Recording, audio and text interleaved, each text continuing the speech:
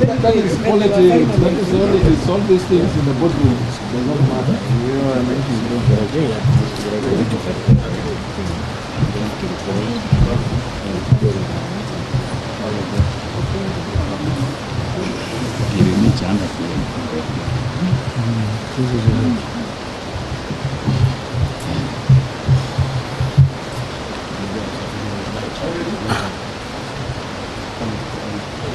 Are you ready?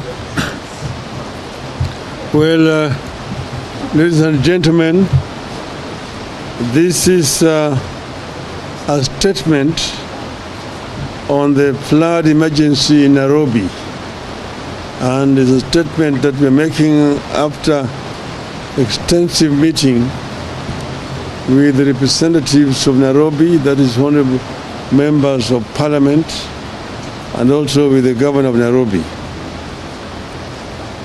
Fellow Kenyans and Nairobi residents, it is now clear that we are in the grasp of a national flooding disaster, especially within Nairobi City County. Relentless rains currently pounding the nation have caused severe damage, including loss of lives, destruction to infrastructure, and overwhelmed the city's poorly managed drainage system. I have held a consultative meeting with the political leadership of Nairobi, including members of the National Assembly and the Senator, with the aim of getting a clear picture, shining sharp focus on the suffering of residents, as well as mobilizing urgent support for mitigation measures. We hasten to add that all such mitigation measures are emergency ones, but the conversation must later move to long-term actions to safeguard the lives and property of the city's residents. Allow us first to send a message of condolences to the families and friends of those who have lost their lives following the floods, as well as a message of goodwill to those who have suffered losses in whatever form. Be assured that your leaders, we are doing all in our ability and power to extend all possible forms of support at this time. We call upon the national and county governments to lead from the front in rescue and support missions. We also appeal to local and international partners to join us in this venture. If Nairobi is this overwhelmed, we fear our people in rural Kenya could be in for worse times should the rains continue as expected.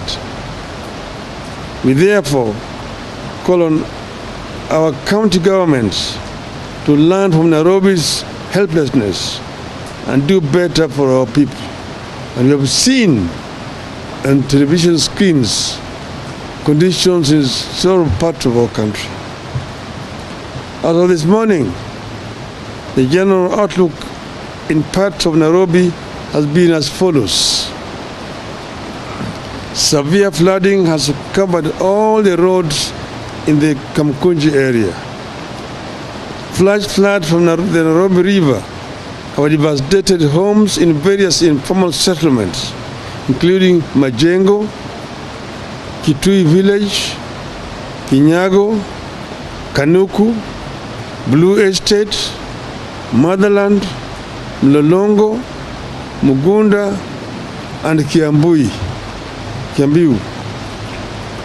This calamity has led to the displacement of hundreds of residents, forcing them to seek refuge with the neighbors and in local churches.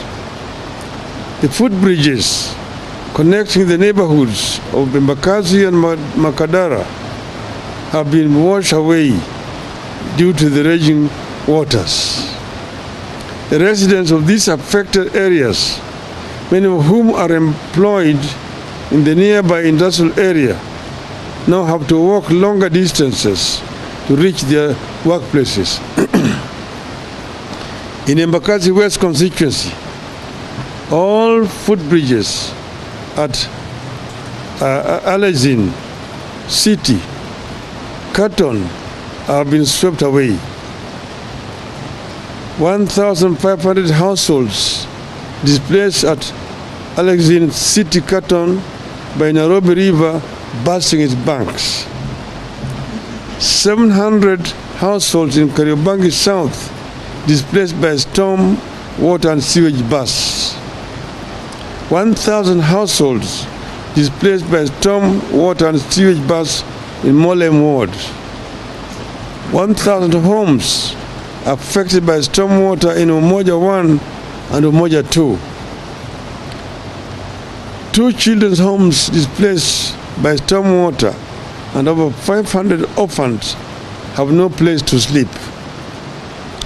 Umoja 1 Primary, Buruburu Primary, Kariobangi South Primary, Busara Primary, and Peter Kibukosia Primary totally flooded. Over 3,000 mattresses required, food for over 10,000 temporary shelters required for over 1,000 people. 50 people reported injured, no casualties so far. Madari and Ruto constituencies, dwellings and properties on ground level have been submerged, and there are reports of 1 dead from the electrocution. River Madari burst its banks while the storm overflows from Thika superhighway have poured into low-lying areas of the constituencies.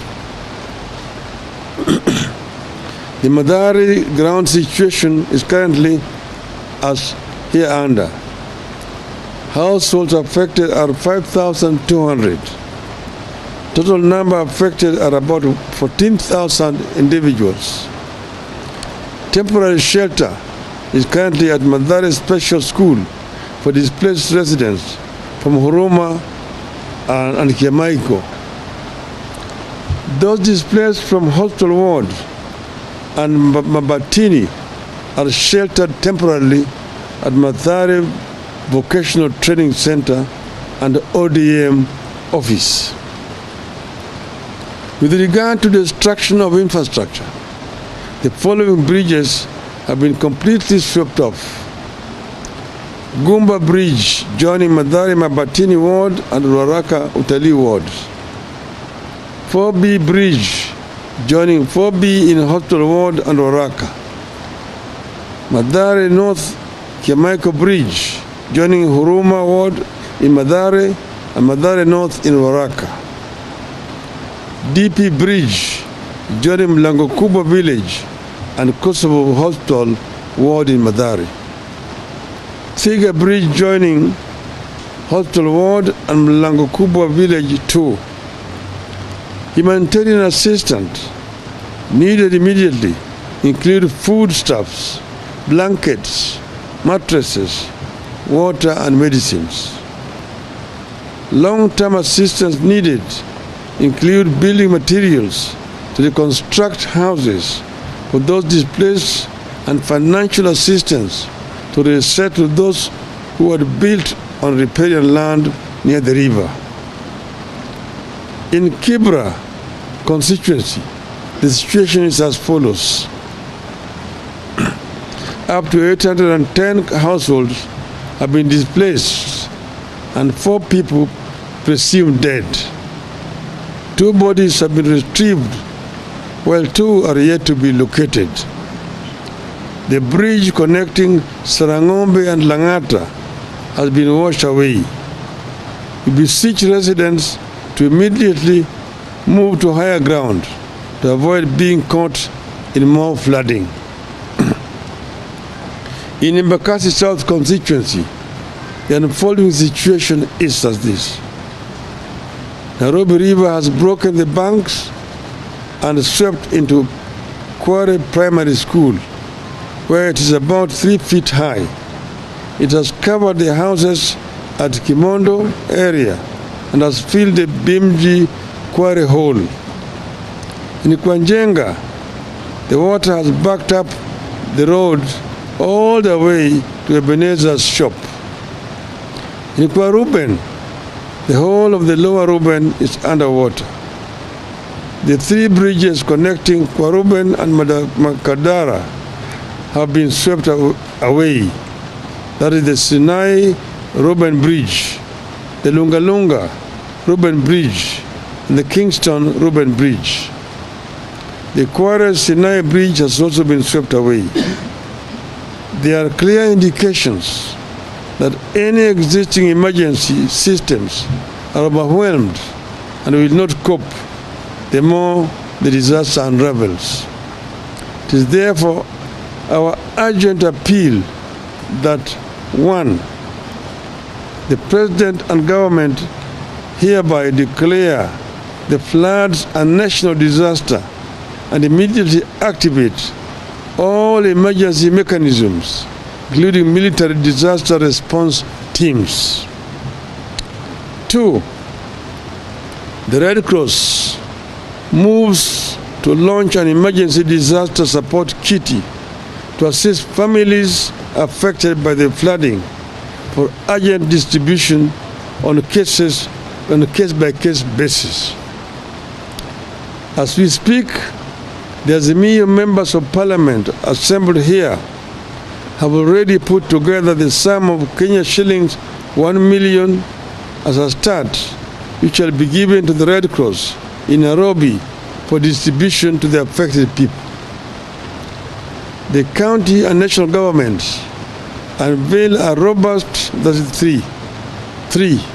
The county and national governments unveil a robust information gathering and sharing system to enable people report and avoid disasters as they unfold. 4. While we continue to receive reports from other parts of Nairobi and access to some neighborhoods that remains critically limited, we appeal to the government and other disaster response agencies to launch thorough search and rescue efforts in all affected areas and provide food rations, blankets, and medication to affected residents. It is important to point out that all forecasts show that the rains will be pouring some more tonight and the coming days, which means the disaster is about to get worse. Preparedness is key to forestalling a crisis of larger proportions. What I've said about Nairobi applies almost with equal weight across the entire country. The entire country, as we talk today, is in a situation of a national disaster. Therefore, it is important that the government moves with speed to mobilize all the national resources available, in the country to deal with this situation. The military, the paramilitary, police should all be engaged in order to help our people.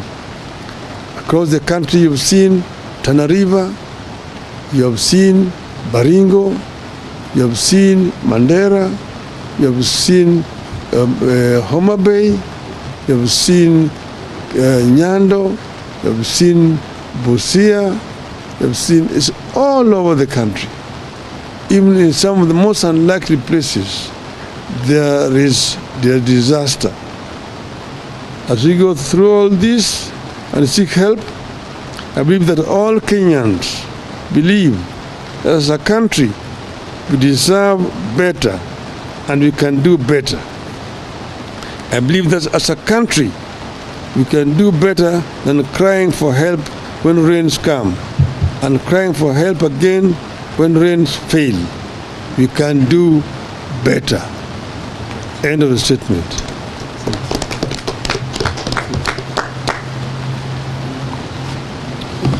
question. No question. No question.